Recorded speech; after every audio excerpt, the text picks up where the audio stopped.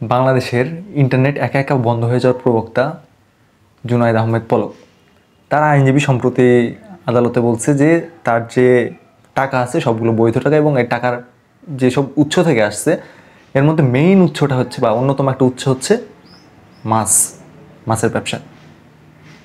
ভাবতে পারেন, হ্যাঁ নর্মালি তো ইন্টারেস্টিং বিষয় কি জানেন, যত বড় বড় লুটেরা আছে, এমপি মন্ত্রী বলেন বা আরও বড় পর্যায়ে যারা লুটেরা ছিল, তাদের বেশিরভাগেরই ইনকামের উৎস হচ্ছে মাছ ব্যবসা। আসলে মাছ ব্যবসা না, এটা হচ্ছে একটা স্ক্যাম। সবাই এই মাধ্যমে তাদের ইনকাম দেখে অনেক সুযোগ সুবিধা লাভ করে। এই মাছ ব্যবসার সাথে এই এমপি মন্ত্রী 2 নম্বরই টাকার এই মানে এই সম্পর্কটা কি, এটা নিয়ে আজকের ভিডিও। তো চলুন বিস্তারিত শুরু করা যাক। অপরাধ হয় তাহলে সেই ভুলের শাস্তি বা সংশোধনের সুযোগ আপনারা আমাদেরকে দিবেন, কিন্তু মাননীয় প্রধানমন্ত্রী জননেত্রী শেখ হাসিনাকে দয়া করে আপনারা ভুল বুঝবেন না। 2 নম্বরই টাকাটা কি সেটা আগে বুঝি। যে আমি পলক, আমি কাউকে চাকরি দিলাম, আমি 15 লাখ টাকা নিলাম, আমি কোথাও একটা তদবির করে কাউকে টেন্ডার পাইয়ে দিলাম, সেখান থেকে একটা পার্সেন্টেজ পাইলাম। এরকম করে যখন আমি পলকের মতো একটা পর্যায়ে যাব, আমার কিন্তু চারদিক থেকে বহুতভাবে টাকা পয়সা আসতে থাকবে। যদি আমি সেটা নিজে নিতে ইচ্ছুক হই, যদি না নিতে চাই সেটা ভিন্ন আলাপ। তো এই যে টাকা পয়সা আমার কাছে আসতে থাকলো, এই টাকা পয়সা তো প্রথমে তো বৈধ না, এটা তো ইলিগাল টাকা। তার মানে এই টাকা যদি আমি ব্যাংকে রাখি, পরে তো যদি আমাকে ধরে ফেলে তাহলে তো আমি বিপদে পড়ে যাব। তাহলে এই টাকাটা আমাকে কী করতে হবে, ক্যাশ রাখতে হবে। কিন্তু তাদের কাছে এত পরিমাণ টাকা আছে যে কয়েকটা রুম ভর্তি ক্যাশই হয়ে যাবে। কিন্তু এইভাবে ক্যাশ রাখাও তো রিস্ক, ক্যাশ ধরা পড়ার চান্স বেশি।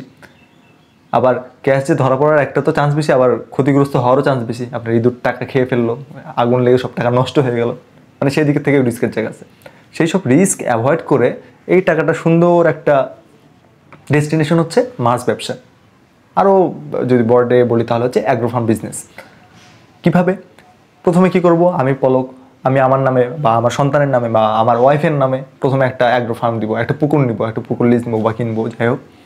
কেনার পরে সেখানে আমি মাছের ব্যবসা করবো, আমার লোকজন থাকবে সেখানে, সুপারভাইজ করার জন্য লোকজন থাকবে যে আমার মাছের ব্যবসা দেখবে। বাস্তবে আমি খালি জাস্ট পুকুরটাই বানাবো বা পুকুরটাই কিনবো, আমার ওখানে কোনো মাছ চাষ করবো না। মাছ আমি ছাড়বোই না পুকুরে, বা ছাড়লেও সেটা আমি ওভার ভয়েসিং করবো। কীভাবে? ধরেন আমি 1 টাকারও মাছ ছাড়ি নাই, কিন্তু আমি গভর্নমেন্টকে বললাম যে দেখেন আমার মাছের ব্যবসা, আমি 1 লাখ টাকার মাছ ছাড়ছি পুকুরে।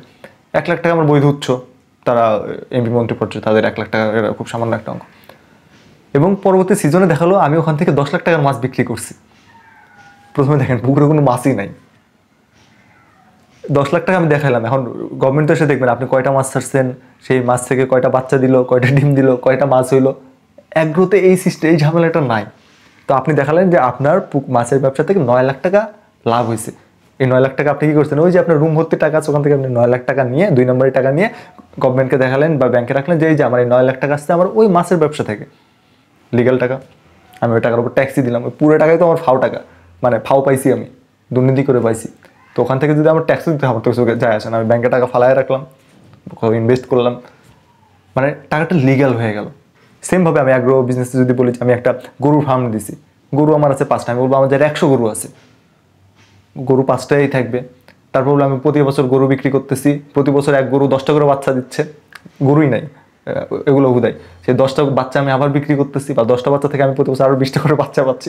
মজা করে বলতেছি আর কি, যে এইভাবে দেখাবে। বাস্তবে তার গরুর খামারই হয়তো বানায়, কিন্তু সে দেখাচ্ছে যে আমার অথবা আমার ওয়াইফের একটা গরুর খামার আছে, সে মাছের বিজনেস করে, সেখান থেকে টাকা আসতেছে, টাকাগুলো লিগ্যাল হয়ে গেল, আমি তো ট্যাক্স দিয়ে দিচ্ছি।